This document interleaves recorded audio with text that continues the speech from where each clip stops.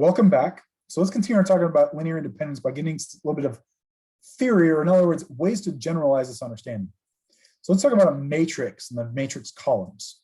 Well, remember that the matrix equation AX equals 0 is the same thing as the vector equation x1 times a1 plus, in other words, column 1 plus xn times column n equals the 0 vector.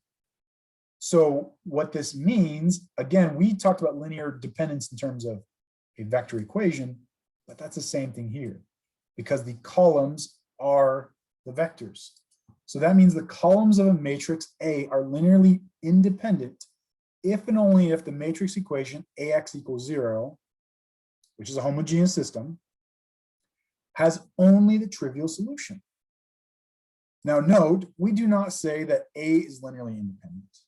We say that its columns are linearly independent. That is kind of an important detail. So further, let's talk about a set of vectors. Suppose that I have a set with only one vector in it. Well, that's going to be linearly independent as long as my vector is not the 0 vector. Should make a little bit of sense. If I have two vectors, v1 and v2, they are linearly independent as long as one vector is not a multiple of the other vector. Because that's the only way they can be scalars of each other. And to think about that, I'm just going to write it down in here. Suppose that I have some, I'll say A times V1 plus B times V2 equals 0 vector. Well, that's the same thing as A V1 equals negative B V2. Hey, look. Now this is a scalar, so I can divide by it because we're assuming it's not 0. So then I'm saying V1 is equal to negative B over A times V2. And this is essentially my scalar K that I'm just talking about. It's some real, as long as that's a real number, then those are scalars. And that means there was some non-zero solution to this. All right, so 1 and 2 vectors are very simple. What about more? What can we say? Well, suppose I have a set of vectors that has at least 2. Again, we're ignoring the 1. That set is linearly dependent. Underline that. It's linearly dependent if at least one of the vectors is a linear combination of the others.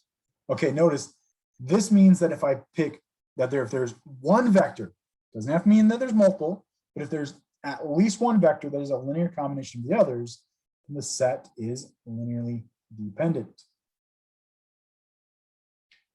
All right, so to understand this a little bit more, let me do an example and explain this. This does not say that every vector is a linear independent set is a linear combination of the other vectors. And the example is here. This set that I have shown here is linearly dependent.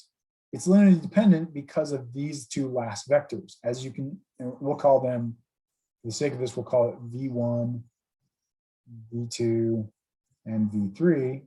Notice it's very obvious that 3 times V2 equals V3. However, think about V1.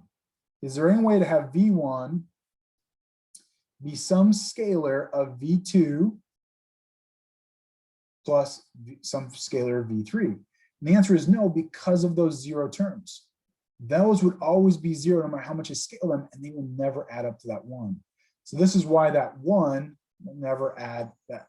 So just because this is a linearly dependent set, it's possible that some of these vectors, I give them zeros to make the situation work to my advantage. Let me hit one other theorem. If I have a set of vectors, a set contains more vectors than there's entries in a vector, and the set is linearly dependent. Okay, what's that mean? So let's suppose that I have, to kind of give an example, suppose I put 3 entries in. 1, 2, 3, 4, 5, 6, 7, 8, 9. Now we don't know if this is linearly dependent or independent yet, without doing our matrix work. But what if I add simply a 10, 11, and 12? Because notice I have 3 entries, 1, 2, 3 in each vector, but I have 4 vectors. Because there are more vectors than I have entries, it is automatically linearly dependent. That is a very, very useful tool that automatically gets us some information. All right, let me know what questions you have. Good luck.